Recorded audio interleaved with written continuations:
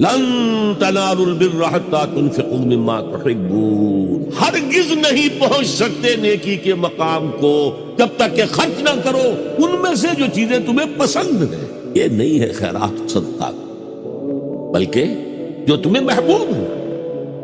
لن تنالوا البر، بر کے مقام تک نہیں پہنچ سکتے۔ پھر میں کہہ رہا ہوں عابد ہو سکتے ہو، زاہد ہو سکتے ہو، علم کا معاملہ ہے، محدث ہو سکتے ہو، مفسر ہو سکتے ہو، فقیہ ہو سکتے ہو، مفتی ہو سکتے ہو، سب کچھ ہو سکتے ہو، قرآن مجید کی روح سے نیک نہیں کہلا سکتے۔